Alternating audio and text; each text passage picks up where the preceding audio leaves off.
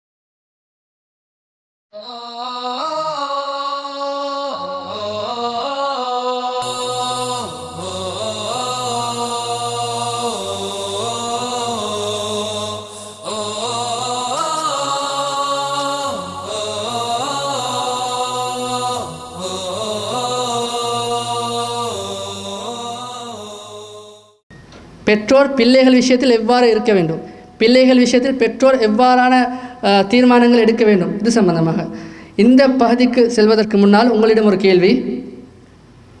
பிள்ளைகள் வளரும் போது பாவங்கள் அல்லது தவறான பாதைக்கு சென்றால் யார் பொறுப்பு?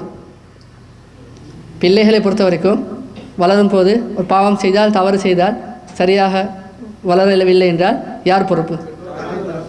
தாயும் தாயா தகவடா ரெண்டுமா? தாய். எத்தனை பேர் தாயின்னு சொல்கிறீங்க? தாயின்னு 3 பேர். பெற்றோர்னு சொல்கிறாங்க தாய் தந்தை? தாய் தந்தை. சரி, ஓகே. என்னுடைய அடுத்த பகுதியில் முதலாவது பகுதி என்னன்னு சொன்னால், பெற்றோர் விஷயத்தில் இருக்கின்ற சில தப்பு அபிப்பிராயங்கள். சரியா? பெற்றோர் விஷயத்தில் சில தப்பெண்ணங்கள் இருக்கின்றன, அவற்றை நாங்கள் விளங்கி இருக்க வேண்டும். அதில் முதலாவது தப்பெண்ணம் என்னவென்றால், பிள்ளைகளை பொறுத்த வரைக்கும் தவறு செய்தால் அது பெற்றோர் பொறுப்பு என்று பெற்றோரும் நினைக்கிறாங்க, சமுதாயம் நினைக்குது. இது ஒரு தவறான அபிப்பிராயம். ஏனென்றால் ஒரு பிள்ளை தவறான பாதைக்கு செல்வதாக இருந்தால் பெற்றோர் மாத்திரம் பொறுப்பு அல்ல, சமுதாயம் பொறுப்பு. சரி, நண்பர்களாக இருக்கலாம், அயல் வீட்டாராக இருக்கலாம், உறவினர்களாக இருக்கலாம், சூழலாக இருக்கலாம், ஏதோ ஒரு சூழலாக கெட்டு போகலாம். ஆனால் இஸ்லாத்தை பொறுத்த வரைக்கும் பெற்றோரின் பொறுப்பு என்னவென்றால் நேர்வழி காட்டுவது. நீங்கள் சரியான வழியை காட்டிய பின்னால் அவர் நேர்வழியை விட்டும் போனால் அது உங்களை எந்த பாதிப்பும் செலுத்தாது. அல்லாஹ் உங்களுக்கிடம் அது சம்பந்தமாக எந்த கேள்வியும் கேட்க மாட்டான். உங்களுடைய பொறுப்பை நீங்கள் நிறைவேற்றினீர்களா இல்லையா என்று மாத்திரம்தான் அல்லாஹ் கேட்பான். உதாரணமாக குர்ஆனில் வருகின்ற ஒரு சம்பவம் நூஹ் அலைஹிஸ்ஸலாம் அவர்களுடைய சம்பவம். நூஹ் அலைஹிஸ்ஸலாத்தை பொறுத்தவரை கிட்டத்தட்ட 950 வருஷங்கள் தவா பண்ணார். அவருடைய பிள்ளை இஸ்லாத்தை ஏற்றுக்கொண்டாரா? இல்லை. இப்போ வாப்பா நபி 950 வருஷம் தவா பண்ணுறாரு, ஆனால் பிள்ளை திருந்தல்ல. அதுக்காக அல்லாஹ் தஆலா அந்த நபியை கடிந்து கொண்டாரா? இல்லை. நபியுடைய பணியை அவர் செஞ்சிட்டார். மகன் கெட்டு போனதுக்கு நபி பொறுப்பு அல்ல. இந்த அடிப்படையில் தான் நாங்கள் விளங்கிக் கொள்ளணும். பிள்ளைகள் கெட்டு போனால் நீங்கள் பெற்றோரை கடிந்து கொள்வதை இனிமேல் நாங்கள் விட வேண்டும். பெற்றோர் அவர்களுடைய பணியை செய்தால் போதும். இதை நாங்கள் தெரிந்து கொள்ளணும். இது முதலாவது தப்பு அபிப்பிராயம். இன்னொரு விஷயம்தான் குர்ஆனில் வருகின்ற இன்னொரு அத்தியாயம் தான் சூரா காஃப், அடிக்கடி ஒரு வசனம், ஒரு அத்தியாயம்.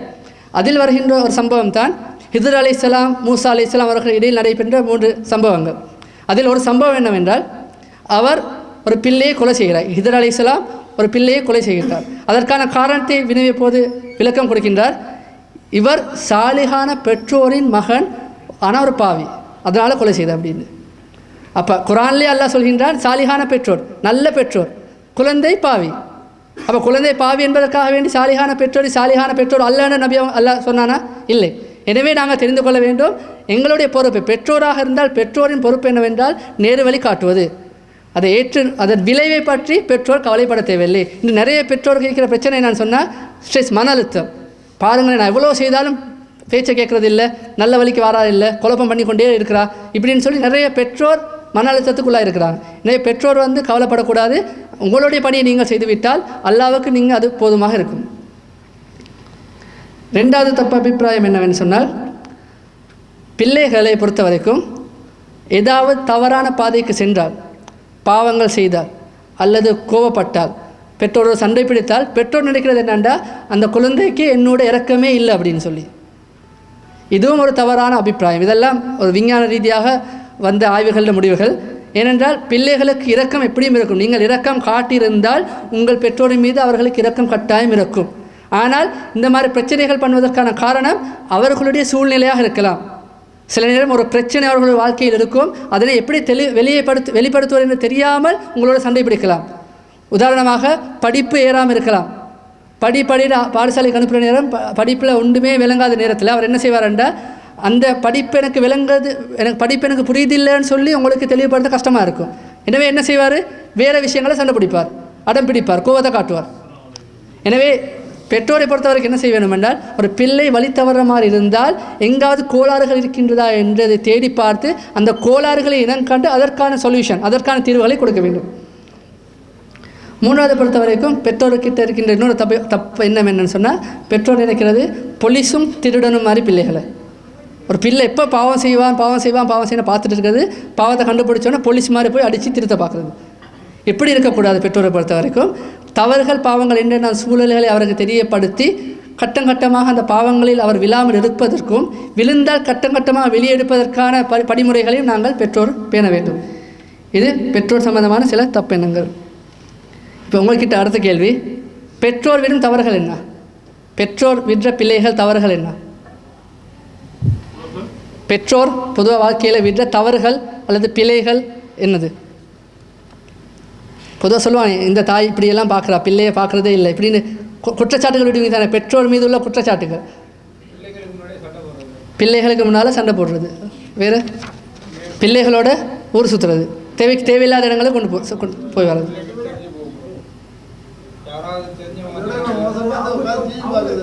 எல்லாரும் சேர்ந்து குடும்பத்தோடு டிவி பார்க்குறது, தேவையில்லாத பாடங்கள் டிவி பார்க்குறதெல்லாம் கூடாது.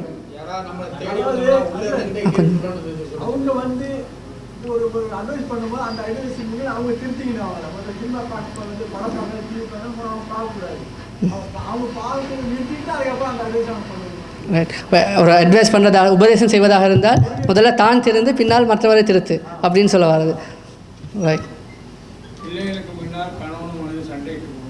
பிள்ளைகளுக்கு முன்னால் கணவன் மனைவி சண்டை பிடிக்கிறது கூடாது, பெற்றோர் விட தவறு. குழந்தைகள்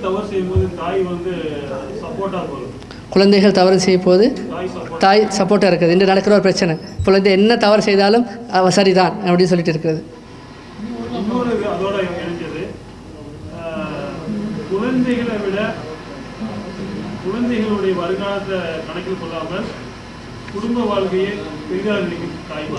குடும்ப வாழ்க்கை தான் பெருசு, குழந்தைகளை பற்றி கவனம் எடுக்காமல் இருக்கிறது. சரி, அப்போ இது சம்பந்தம் பொதுவாக ஒரு விளக்கம். ரைட். இப்போ நாங்கள் சில விஷயங்களை பார்க்கலாம். பெற்றோர் கவனம் செலுத்த வேண்டிய விஷயங்கள். முதல்ல நாங்கள் பார்த்தோம் பிள்ளைகள் பெற்றோர் விஷயத்தில் முக்கியத்துவங்கள் என்னன்னு சொல்லி பார்த்துருக்குறோம். இப்போ நாங்கள் பார்க்க போகிறது பெற்றோர் பிள்ளைகள் விஷயத்தில் கவனம் செலுத்த வேண்டிய சில விடயங்கள்.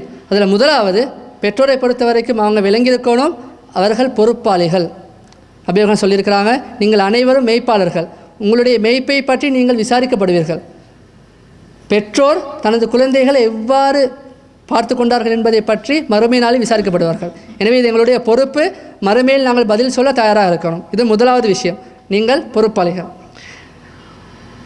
இமாம் அஹ்மத் இப்னு ஹன்பல் ரஹ்மத்துல்லாஹி அலைஹி அவர்களுடைய தாயார் தனது 18வது வயதில் கணவனை இழந்தார்.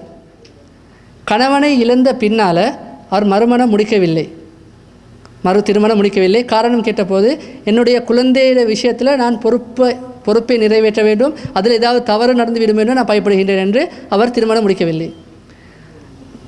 குழந்தையாக இருந்து இளைஞனாக மாறிய அஹமத் இப்னு ஹன்பல் ரஹ்மத்துல்லாஹி அலைஹி என்ன சொன்னார் என்றால், அவரும் திருமணம் முடிக்கவில்லை. அவரிடம் போய் மக்கள் கேட்டார்கள், நீங்களே திருமணம் முடிக்கவில்லை அப்படின்னு சொல்லி. அவர் சொன்னார், நான் திருமணம் முடித்தால் என்னுடைய தாய்க்கு நான் செய்யக்கூடிய கடமைகளை சரிவர செய்ய மாட்டேன் என்று நான் பயப்படுகின்றேன் அப்படின்ட்டு. அப்போ அவருடைய 40வது வயதில் தான் தாய் மரணிக்கின்றார். அதன் பின்னால் தான் இவரும் திருமணம் முடிக்கின்றார். அப்போ இது ஒரு படிப்பினை. அதாவது அவர்கள் எந்த அளவுக்கு பொறுப்பை பற்றி கவனமாக இருந்தார்கள், பயந்து இருந்தார்கள் என்பதற்கான ஒரு ஆதாரம். அடுத்ததாக பெற்றோரை பொறுத்த வரைக்கும் 2வது விஷயம், பிள்ளைகளுக்கு சிறு வயதிலேயே ஈமானை உறுதிப்படுத்த வேண்டும். ஈமானை நாங்கள் உறுதிப்படுத்தி விட்டால், நம்பிக்கையை கொடுத்து விட்டால், அவர்களுடைய ஃபோக்கஸ், அவர்களுடைய விஷன், அவர்களுடைய அடைவு எங்கே இருக்கின்றது என்பதை நாங்கள் சரியாக கொடுக்க வேண்டும். மறுமையினால் சொர்க்கத்துக்கு நாங்கள் செல்ல வேண்டும்.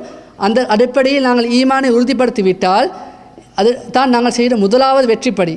ஏனென்றால் உண்மையிலே ஒரு குழந்தையிடம் ஈமான் உறுதியாகிவிட்டால் அவரிடம் நீங்கள் எந்த நன்மையான காரியங்களை செய்ய சொன்னாலும் உடனே ஆர்வத்தோடு ஆசையோடு செய்வார்.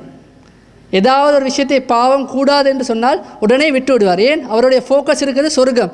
சொர்க்கத்திற்கு இந்த பாவம் தடை, சொர்க்கத்துக்கு இந்த நல்ல அமல் எனக்கு உதவி செய்யும் என்ற அந்த ஆர்வத்தோடு செய்வார். அதற்கு அந்த அடிப்படையில் நாங்கள் குழந்தையோடைய ஃபோக்கஸை சரியான முறையில் சொர்க்கத்தை நோக்கி நாங்கள் திருப்பிவிட்டால் எங்களுக்கு அனைத்து விஷயங்களையும் எனக்கு லேசாக சரி செய்து கொள்ள முடியுமாக இருக்கும். 3வது விஷயம், ஒருவர் சொன்ன போன்றுதான், முன்மாதிரியாக மாறுது. ஒரு விஷயத்தை சொல்ல முன்னால் பெற்றோர் முன்மாதிரியாக இருக்கணும். பள்ளிக்கு போன்னு சொன்னால் மாத்திரம் போதாது. பெற்றோர் தந்தையும் பள்ளிக்கு போகணும். தந்தை பள்ளிக்கு போகிறதில்லை, ஆனால் பள்ளியிட முக்கியத்துவத்தை பேசினால் அது தாக்கம் செலுத்தாது. அதே நேரம் பெற்றோரை பொறுத்த வரைக்கும் ஏனையவரோடு பழகுகின்ற விதம் அதுவும் முன்மாதிரியில் வருகின்றது. முன்மாதிரியை பொறுத்த வரைக்கும் சில பெற்றோர் என்ன செய்வாங்கன்னா, பொய் சொல்லக்கூடாதுன்னு சொல்லிட்டு ஆசிரியர்கிட்ட ஒரு நாள் ஸ்கூல் கட் அடித்த பின்னால் பொய் சொல்லுவாங்க, நான் நேற்று சுகமில்லை சுற்றி வரலை அப்படின்னு. உண்மையிலே ஏதோ வேறு பிரயாணத்துக்காக பாடசாலைக்கு போகாமல் இருந்திருப்பார். ஆனால் தந்தையே சொல்லிக் கொடுப்பாரு, நாளைக்கு லெட்டரில் எழுதுங்க, சுகமில்லை காரணமாக வரவில்லைன்னு. அதன் பின்னால் போய் சொல்கிறது பிள்ளைக்கிட்ட பொய் சொல்லக்கூடாது அப்படின்னு சொல்லி. பிள்ளைக்கு அது ஏறுமா? குழம்பி போயிடுவார். எனவே அதே நேரம் இன்னொரு விஷயம்தான், முன்மாதிரிகளில் பெற்றோரை பொறுத்த வரைக்கும் பாவங்கள், பெரும் பாவங்கள், சிறு பாவங்களாக இருக்கலாம், அதை விட்டு விலகி நடக்க வேண்டும். இந்த சில அதே நேரம் உங்களுக்கு உடனே விட முடியவில்லை என்றால் குறைந்தபட்சம் பிள்ளைகளுக்கு விளங்காமலாவது இருக்க வேண்டும். அதற்காக சரி முயற்சி செய்யணும். உதாரணம், புகைத்தல் எடுத்தால் சிலர் சாராயம் குடிக்கின்றார்கள், மதுபானம், சிலர் போதை வஸ்து, இதற்கு அடிமையாக இருக்கின்றார்கள். பிள்ளைகள் முன்னால் செய்தால் அந்த பிள்ளைகள் அதனை முன்மாதிரியாக எடுப்பார்கள். ஏனென்றால் பிள்ளைகளை பொறுத்த வரைக்கும் முதலாவது ரோல் மாடல், முன்மாதிரி, ஹீரோ யார் என்றால் தனது பெற்றோர், அதிலும் குறிப்பாக தந்தை. தந்தை செய்யக்கூடிய அனைத்தையும் அவர் பின்பற்ற பார்ப்பார். எனவே கவனமாக இருக்க வேண்டும்.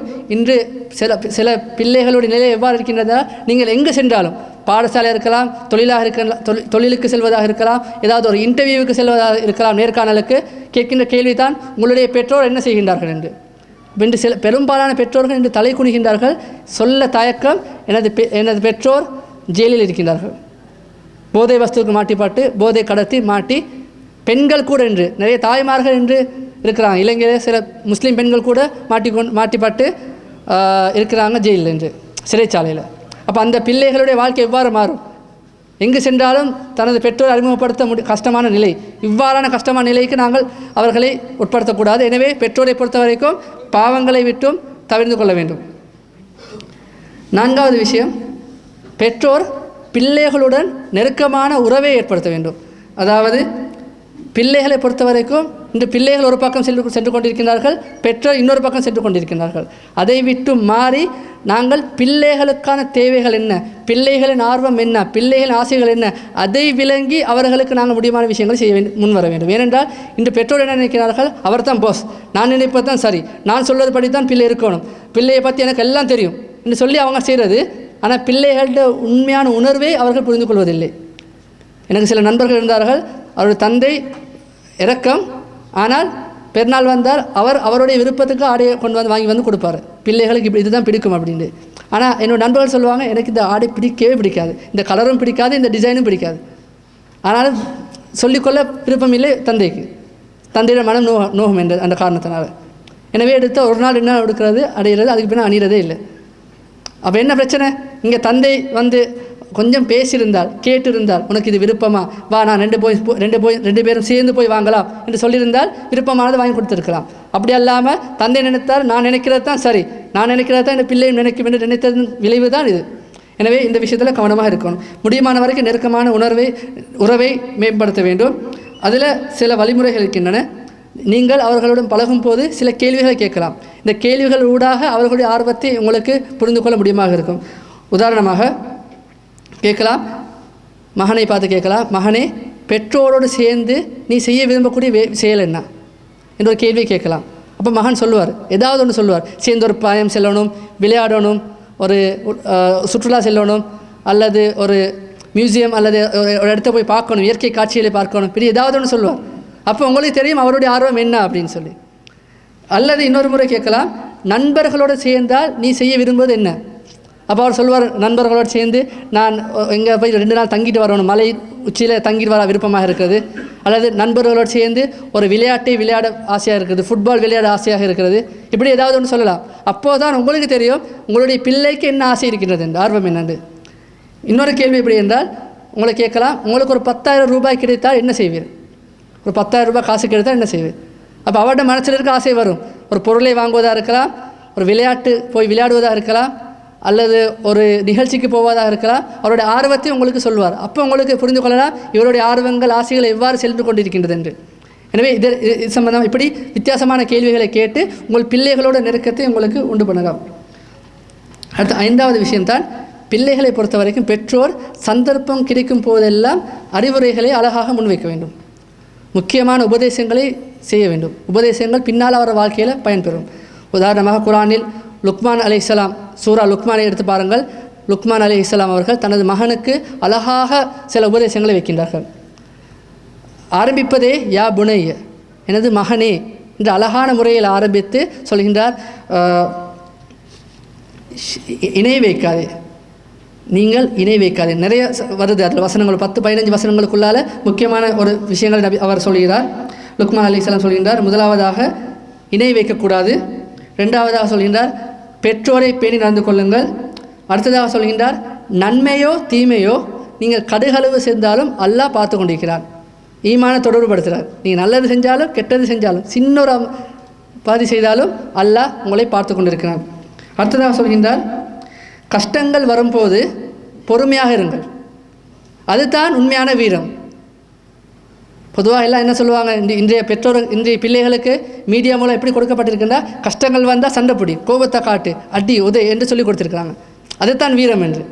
ஆனால் இவர் அழகாக சொல்லிக் கொடுக்கிறார், கஷ்டங்கள் வந்தால் பொறுமையை காணுங்கள், அதுதான் உண்மையான வீரம் என்ற அந்த சிந்தனையை சிறு வயதிலேயே போடுகின்றார். அடுத்ததாக நன்மையை ஏவுங்கள், தீமையை தடுங்கள். இன்னொரு விஷயம் சொல்கின்றார், நீங்கள் பெருமையாக நடக்காதீர்கள், பெருமையாக யாரையும் பார்க்காதீர்கள். இன்று ஃபேஷன் எல்லாருக்குமே இன்றைக்கு பெருமை தலை கழித்திருக்கின்றது. பெருமை என்று தெரியாமல் பெருமை காட்டுகின்றார்கள். லேட்டஸ்ட் மொபைல் ஃபோன் தான் என் கையில் இருக்கும், புதுசு ஒன்று வந்துட்டால் உடனே அதை வாங்காமல் அது தூக்கம் போகாது. என்னடா பெருமை, என்கிட்ட லேட்டஸ்ட் மொபைல் ஃபோன், என்கிட்ட தான் லேட்டஸ்ட் கார் இருக்கணும், என்கிட்ட தான் லேட்டஸ்ட் இது இருக்கணும்னு சொல்லி பெருமை பாடுவதற்காக வேண்டி நிறைய பேர் இன்று ஆடம்பர பொருட்களை வைத்துக் கொண்டிருக்கின்றார்கள். எனவே இந்த பெருமை கூடாது என்பதாக உபதேசம் செய்கின்றார்கள். அதற்கான காரணத்தை அவர் சொல்கின்றார், அல்லாஹ் ஆணவம் பிடித்தவர்களையும் கர்வம் கொண்டவரையும் நேசிக்க மாட்டான். இது அடிப்படை விதி. இதையும் தெளிவுபடுத்துகின்றார்.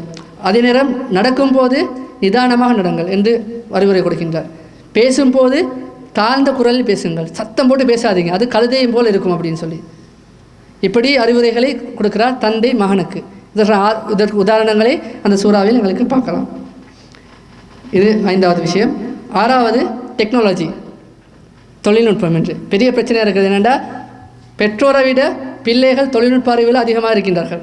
எனவே பெற்றோருக்கு அவர்களை சரியாக கவனிப்பதும் அவர்களுக்கு வழிகாட்டுவதும் ரொம்ப கஷ்டமாக இருக்குது. பெற்றோர் தான் பிள்ளைகள் பெற்றோருக்கு வழிகாட்டுகின்றார்கள். அந்த அளவுக்கு நிலைமை மாறி இருக்கின்றது. சில பெற்றோர் என்ன செய்கிறாங்கன்னா, முடிவெடுக்கிறாங்க, தொழில்நுட்பமே கூடாது, டெக்னாலஜியே வேணாம், எல்லாம் ஹராம் என்று தடுத்து விடுகிறார்கள். சிலர் என்ன செய்கிறாங்கன்னா, ஃபுல்லாக சுதந்திரம் கொடுக்குறாங்க. ரெண்டுமே தவறு. பேணுதலாக வரையறையுடன் மேற்பார்வையுடன் நாங்கள் சரியான முறையில் வழி நடத்தினால், ஆக்கப்பூர்வமான ஆரோக்கியமான விடயங்களை தொழில்நுட்பத்தை பயன்படுத்த நாங்கள் வழி செய்தால் அவர்கள் பிரயோசனம் பெறுவார்கள். அப்போது பாவமான விஷயங்களுக்கு செல்வதை விட்டும் அவர்களை நாங்கள் தடுக்கலாம்.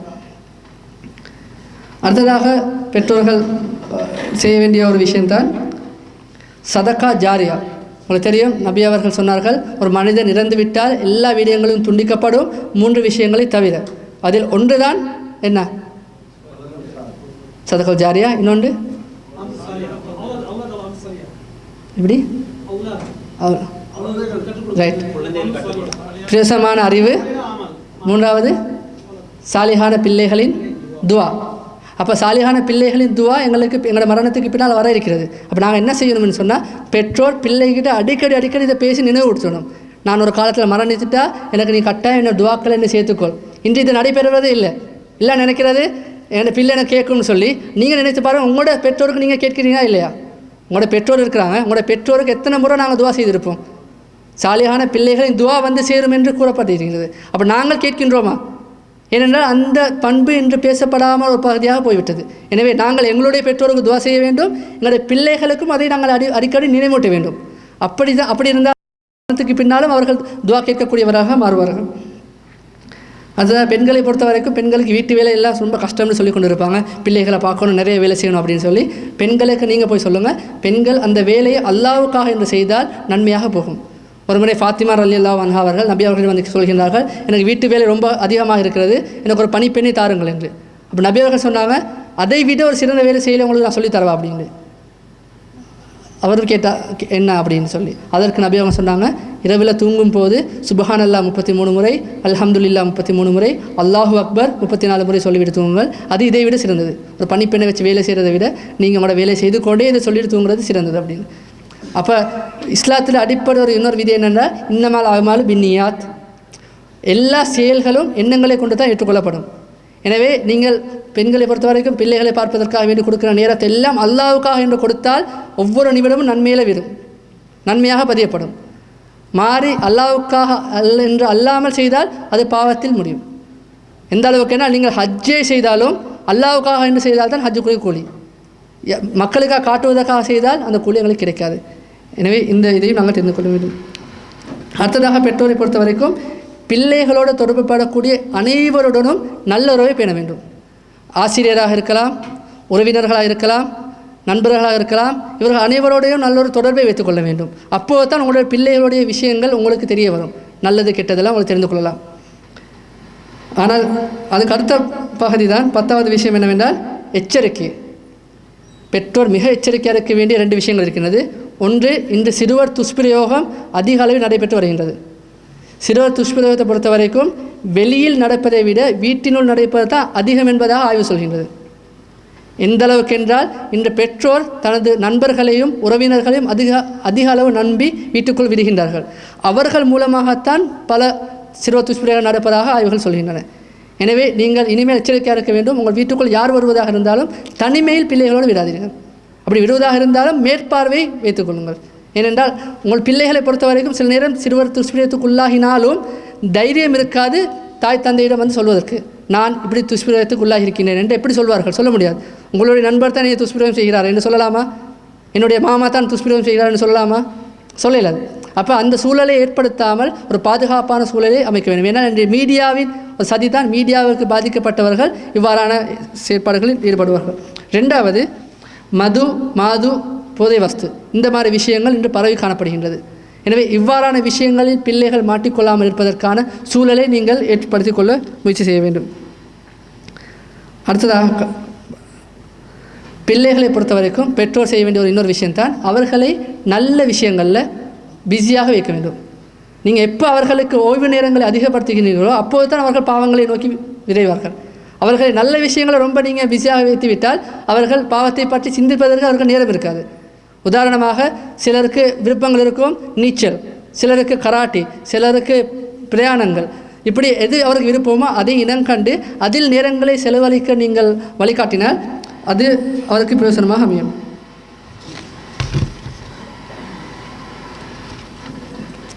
ரைட். அப்போ இந்த பகுதி முடிஞ்சு இதோட கடைசியாக இதில் ஒரு சம்பவம் ஒன்று இருக்குது. ஒரு அறிஞர் சொல்கிறார், அவரிடம் வந்து ஒருவர் சொன்ன சம்பவத்தை அப்படி சொல்கிறார். ராஷித் என்ற ஒருவர் ஒரு அறிஞரிடம் வந்து அவருடைய கதையை அப்படியே சொல்கிறார். ராஷித் சொல்கிறார் எப்படி என்றால், என்னுடைய பேர் ராஷித், எனக்கு ஒரு கிட்டத்தட்ட ஒரு 30 வயதில் எனக்கு குழந்தை பாக்கியம் உள்ள, அதாவது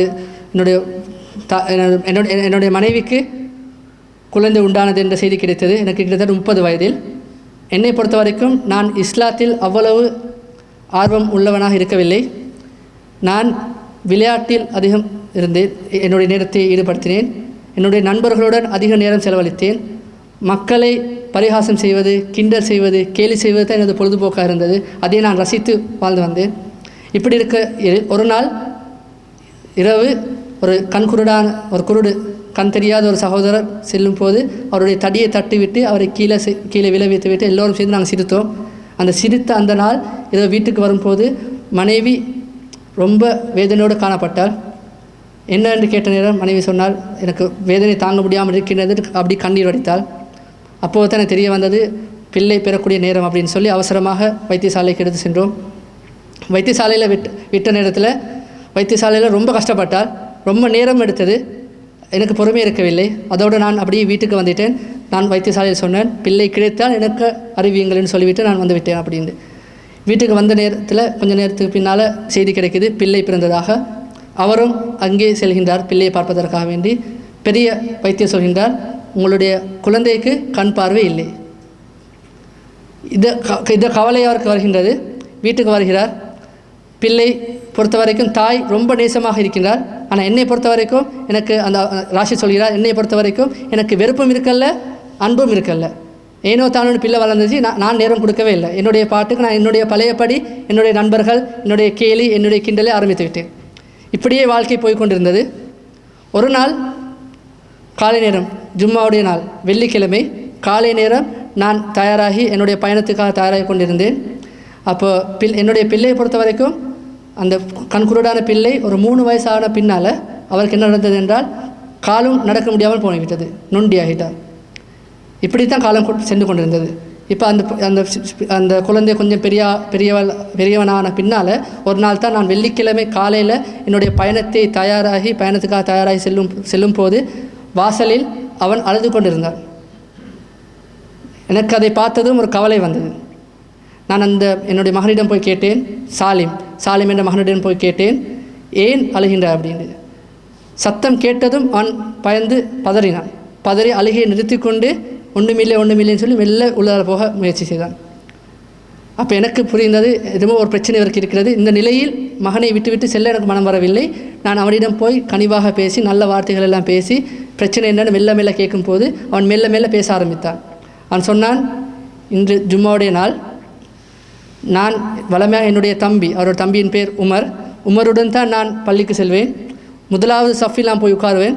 இப்போ நேரம் தாமதமாகுது, இன்னும் தம்பியை காணல. எனக்கு முதலாவது சஃப்பில் உட்காருவது மிஸ் ஆகிவிடும், நான் தவறி விடுவேன் என்று கவலையில் தான் அழுகின்றேன் அப்படின்னு. உடனே இவருக்கு ஒரு கவலை வந்தது. கேட்டார், இன்று உன்னை அழைத்து செல்லக்கூடிய யார் என்று உனக்கு தெரியுமா அப்படின்ட்டு. அவர் சொன்னார், யார் அப்படின்னு கேட்டார். உன்னுடைய தந்தை, நான் தான் இன்று உன்னை அழைத்து செல்ல போகின்றேன் என்று. அப்போ என்னுடைய ராஷி சொல்கிறார், என்னுடைய மனதில் சில விஷயங்கள் ஓடின. நான் கடைசியாக பள்ளிக்கு போகிற நாள் எனக்கு நினைவில்லை. நான் கடைசியாக சுஜூத் செய்த நாள் எனக்கு நினைவில்லை. என்னுடைய மகனுக்காக பள்ளிக்கு சென்றேன், ஜும்மாவை தொழுந்தேன், குத்துபாவை கேட்டேன், ஜும்மாவை தொழுத பின்னால் வரும்போது மகன் என்னிடம் சொன்னார், கொஞ்சம் குரானை எடுத்து கொண்டு வரலாமா அப்படின்னு. எனக்கு ஆச்சரியமாக இருந்தது. குரானை கண்குருடு, கண் விளங்காது, எப்படி குரானை ஓத போகிறார் என்று ஆச்சரியத்தோடு குரானை கொண்டு வந்து கொடுத்தேன். சாலிம் சொன்னான், குரானை எடுத்து சூரா கஃப் அத்தியாயத்தை எடுக்கும்படி. நானும் அந்த அத்தியாயத்தை எடுத்தேன்.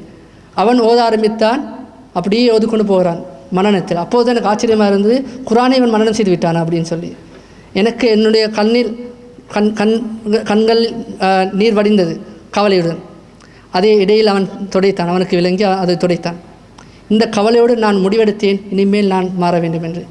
அன்றிலிருந்து நான் ஜமாத்தை விடுவதில்லை, தொடர்ந்து வருகின்றேன். நான் என்னுடைய தீய நண்பர்கள் அனைத்தையும் நான் மாற்றிவிட்டேன், நல்ல நண்பர்களோடு உறவை உருவாக்கி கொண்டேன்.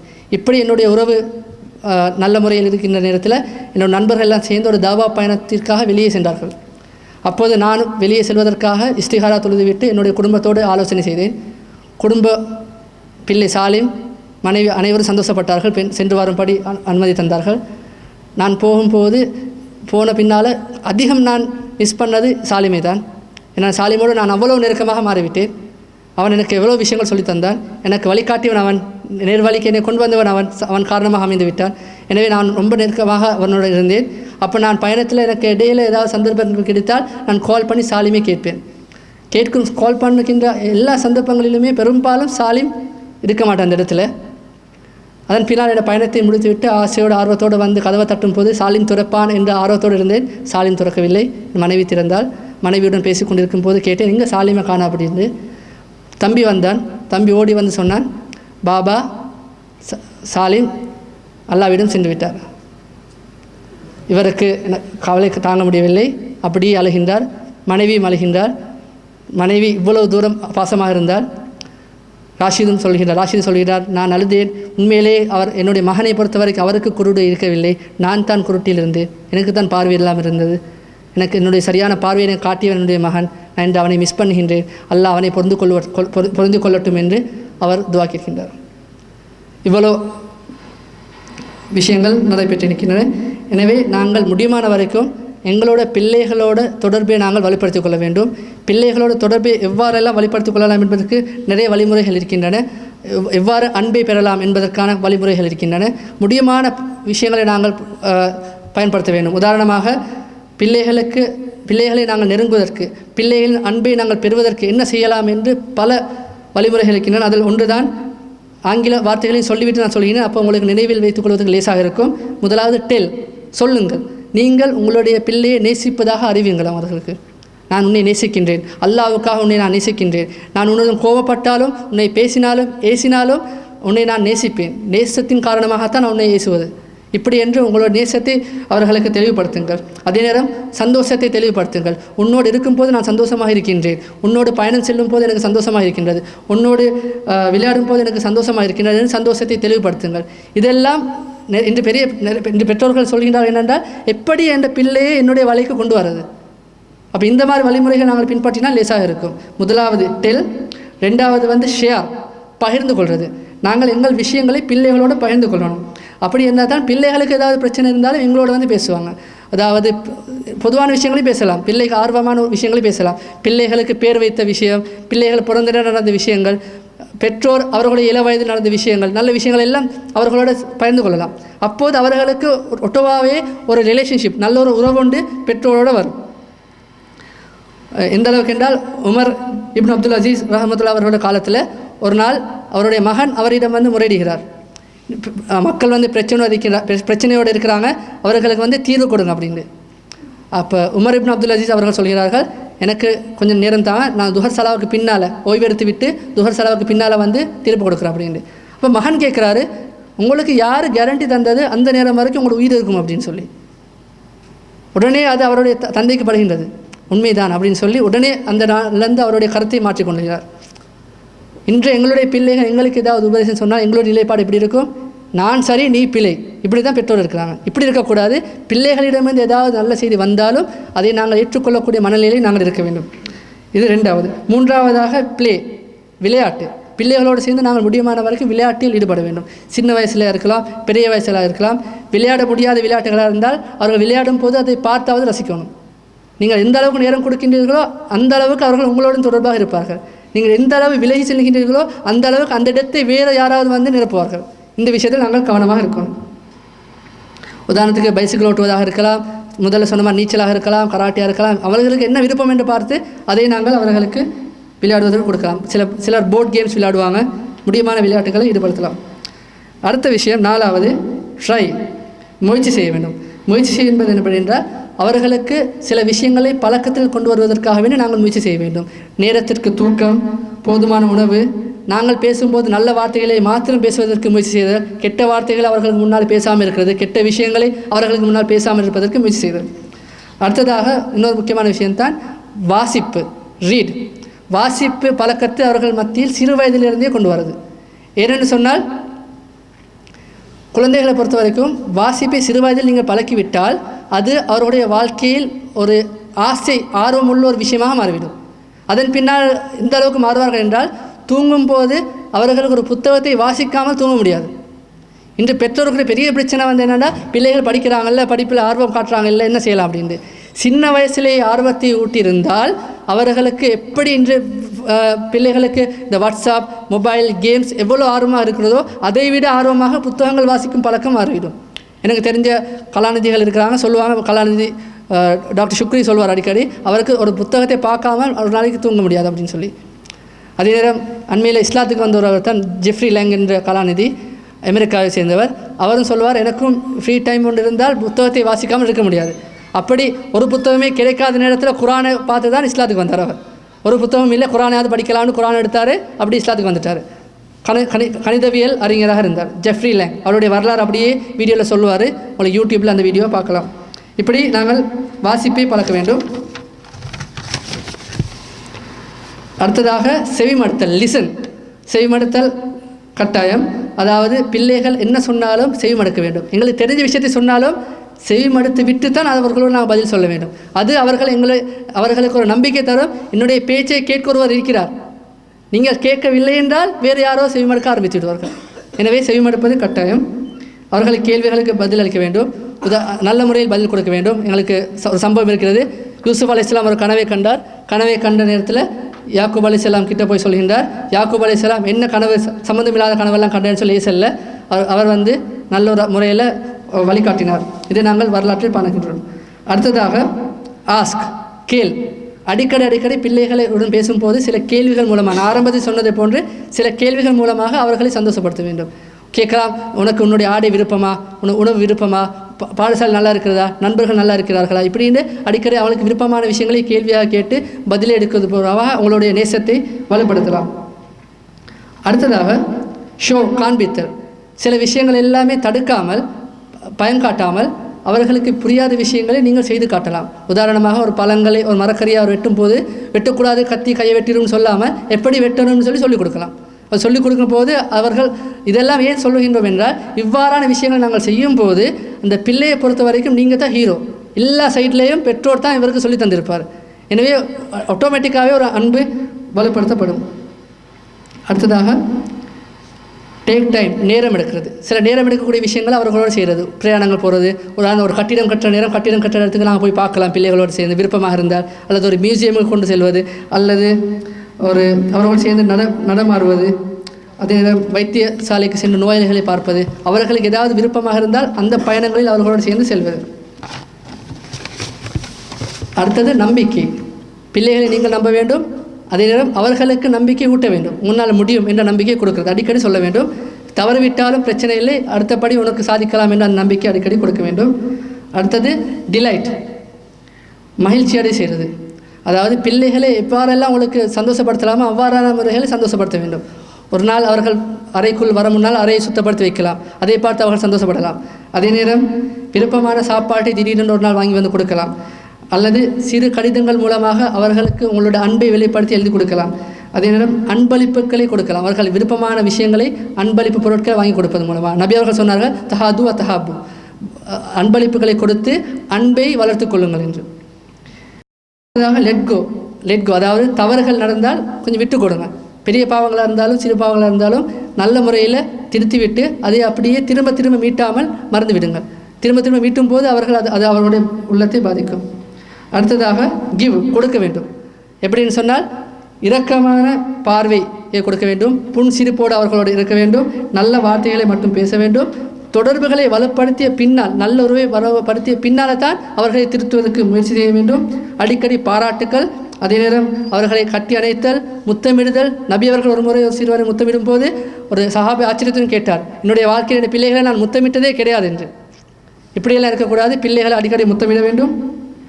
அதே நேரம் கடைசியாக பிள்ளைகளை கட்டுப்பாட்டுக்குள் கொண்டு வருவதற்கு நீங்கள் கட்டளையிடும் போது சில விஷயங்களை கருது கொள்ள வேண்டும். 3 விஷயங்கள் இருக்குது. அந்த 3 விஷயங்களை நீ பேணி நடந்தால் சிறப்பாக இருக்கும். முதலாவது, பிள்ளைகளுக்கு கட்டளையிடும் போது பெற்றோர் அந்த கட்டளை, அந்த சட்டம் நடைமுறை சாத்தியமாக இல்லைன்னு பார்க்க வேண்டும். சிலர் கட்டளை இட்டுக்கொண்டே போவாங்க, ஆனால் நடைமுறை சாத்தியம் இருக்காது. சொல்லுவாங்க, ஒரு நாளைக்கு 15 மணித்தாலும் படிக்கணும் அப்படின்னு சொல்லி. பாடசாலைக்கு போனால் யாரோடையுமே பேசக்கூடாதுன்னு சொல்லுவாங்க. பிள்ளை குழம்பி போயிடும். இது சாத்தியமா? யாரோட பேசாமல் இருக்கிறது? 15 நாள் படிக்கலாமா? அப்போ இனிமேல் வேறு சட்டங்கள் சொன்னாலும் அதை நடைமுறைப்படுத்துவதற்கு அவர்கள் முன்வர மாட்டார்கள். 2வது விஷயம், கட்டளைகள் தெளிவாக புரியும்படி பிள்ளைகளும் சொல்ல வேண்டும். உதாரணமாக பாடசாலை எடுத்தால் பாடசாலைக்கு செல்லும் போது கவனமாக இருன்னு சொல்லி அனுப்புவாங்க. பிள்ளைகளுக்கு அது தெளிவில்லை. கவனமாக இரு என்றால் என்ன என்பதை தெளிவாக சொல்ல வேண்டும். நீங்கள் பிள்ளைகள் விளையாடி கொண்டிருந்தால் அந்த பக்கமாக போகும்போது கவனமாக நடக்கணும். ஏனென்றால் அந்த பொருள் ஒன்று மேலே வந்து விழலாம். பிள்ளைகள் எல்லாம் சேர்ந்து பொய் சொன்னால் பொய் சொல்லும் போது நீங்களும் அந்த பொய்யில் இணைந்து கொள்ளாதீர்கள், இது தவறு. இப்படி கவனமாக இருன்னு சொல்லி வித்தியாசமான விஷயங்களை உங்களுக்கு சொல்லலாம். மூன்றாவது விஷயம், சட்டங்களுக்கு நீங்கள் கொடுக்குற முக்கியத்துவத்தை தொடர்ந்து பேணணும். ஒரு சட்டம் உதாரணம் ஒன்று செய்யக்கூடாதுன்னு சொன்னால் தொடர்ந்து செய்யக்கூடாதுன்னு தான் இருக்கணும். நீங்களே மாறி நடக்கக்கூடாது. நான் முதல்ல சொன்ன மாதிரி பொய் சொல்லக்கூடாதுன்னு சொல்லிவிட்டு பாடசாலைக்கு சும்மா வேறு காரணங்களுக்காக போகாமல் இருந்து விட்டு நீங்களே பொய் லெட்டர் எழுதி கொடுக்குறது. பொய் லெட்டராக கடிதத்தை எழுதி கொடுக்குற நேரம் பிள்ளை குழம்பிடும்.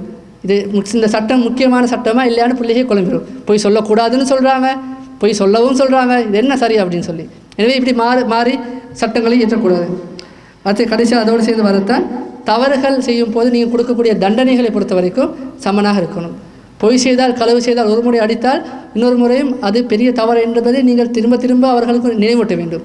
இப்போ நான் முதல்ல சொன்ன மாதிரி ஒரு முறை பொய் சொல்லி நல்லா அடிக்கிறது, அடுத்த முறை ஸ்கூலுக்கு பொய் சொல்ல சொன்னால் குழம்பிடுவார்.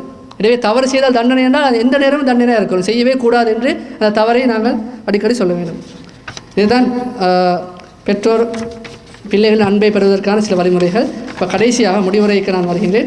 எனவே அன்பார்ந்த சகோதரர்களை, நாங்கள் முடியுமான வரைக்கும் எங்களுடைய உறவுகளை பேணி நடக்க வேண்டும். பெற்றோர் பிள்ளைகளின் முக்கியத்துவத்தையும் பிள்ளைகள் பெற்றோரின் முக்கியத்துவத்தையும் தெரிந்து கொள்ள வேண்டும். இன்றைய உரையிலிருந்து நான் உங்களிடம் எதிர்பார்க்கக்கூடிய ஒரு விஷயம்தான், இன்று அல்லது நாளை நாளன்றே உங்களுக்கு பெற்றோர் இருந்தால் அவர்களிடம் பாவ மன்னிப்பு கேட்டுக்கொள்ளுங்கள். நீங்கள் தெரிந்தோ தெரியாமலோ பாவம் செய்திருப்பீர்கள், அதற்கான பாவ மன்னிப்பு கேட்டுக்கொள்ளுங்கள். ஆனால் ஷைத்தான் விடமாட்டான். ஷைத்தான் சொல்வான், இவ்வளோ காலம் இல்லாத ஞானம் எங்கால வந்தது, பெற்றோர் எங்களை இப்படி சொன்னால் பெற்றோர் என்ன நினைப்பாங்க, சிரிப்பாங்கண்ணா அப்படின்னு சொல்லி. அதற்கான வழிமுறை என்னன்னு சொன்னால், நீங்கள் சொல்லலாம், நாங்கள் பெற்றோரின் முக்கியத்துவத்தை படுத்திக்கிறோம், அதில் வகுப்பில் சொன்னாங்க பெற்றோரிடம் பாவ மன்னிப்பு கேட்கணும்னு சொல்லி, அந்த அடிப்படையில் நான் உங்கள்கிட்ட கேட்குறேன். எப்படி இந்த முறையில் போனால் உங்களுக்கு கொஞ்சம் இலசாக இருக்கும் பேச்சு ஆரம்பிப்பதற்கு. அது ஒரு வழிமுறை. என்னுடைய ஒரு விஷயத்தை சொல்லிக்கொள்ள விரும்புகிறேன். என்னுடைய தாய் இருந்து விட்டால், அப்போ நான் மதரசாவில் படிக்கிற நேரம் எனக்கு அந்த பழக்கம் இருந்தது. அடிக்கடி நான் பாவ மன்னிப்பு கேட்குறது. ஒரு லீவ் வெக்கேஷன் முடிஞ்சு போகிற நேரம் நான் தாய்கிட்ட சொல்லிட்டு தான் போனேன், ஏதாவது தவறுகள் செஞ்சுருந்தால் மன்னிச்சுக்கோங்க அப்படின்ட்டு. வெக்கேஷன் போய் மதரசா போய் கொஞ்ச நாளில் தாய் மரணித்து விட்டார். அப்போ என்கிட்ட அந்த குற்ற உணர்வு இல்லை. நான் தாய்கிட்ட ஏதாவது தவறு செஞ்சிருந்தால் அது பெரிய பாவமாக இருக்குமா என்ற அந்த குற்ற உணர்வு இன்று கொஞ்சம் குறைவாக இருக்கிறது. ஏனென்றால் கடைசியாக நான் தாயை சந்தித்த நேரம் நான் பாவ மன்னிப்பை கேட்டிருக்கிறேன். அது எனக்கு ஒரு மனதுக்கு ஒரு அமைதியாக நிம்மதியாக இருக்கிறது. எனவே தந்தையை பொறுத்த வரைக்கும் நாங்கள் அடிக்கடி தாய் தந்தையிடம் பாவ மன்னிப்பு கேட்டுக்கொள்ள வேண்டும். நண்பர்கள், உறவினர்கள், ஏனென்றால் இதெல்லாம் எங்களுடைய பாவங்கள் ஃபைலாக இருக்கிறது. மறுமை நாளில் நாங்கள் அல்லாஹ்கிட்ட பதில் சொல்ல வேண்டி வரும். ஆனால் பாவ மன்னிப்பு கேட்டால் அந்த ஃபைல் அப்படியே டிலீட் ஆகிவிடும். எனவே இந்த அடிப்படையில் பாவ மன்னிப்பு கேட்குறது பிள்ளைகளுக்காக, அதிலும் பெற்றோர்களுக்கு நல்ல உபகாரம் செய்கிறது, கடன்கள் இருந்தால் அவர்கள் பெற்றோருக்காக செலவு செய்கிறது. குடும்பத்துக்கு நீங்கள் இப்போ திருமணத்துக்கு பின்னால் எப்படி செலவு செய்கிறீங்களோ அதே மாதிரி பெற்றோருக்கும் உதவி செய்கிறது. எனவே அல்லாஹ் தஆலா எங்கள் அனைவருக்கும் எங்களுடைய பெற்றோரை பேணி நடக்கவும் பிள்ளைகளின் சிறந்த முறையில் பொறுப்பாக வளர்க்கவும் உதவி செய்வானாக என்று கூறி என்னுடைய உரையை முடித்துக் கொள்கின்றேன். வாஹிர் தவான் அல்ஹம்துலில்லாஹி ரப்பில் ஆலமீன். அஸ்ஸலாமு அலைக்கும் வரஹ்மத்துல்லாஹி வபரகாத்துஹு.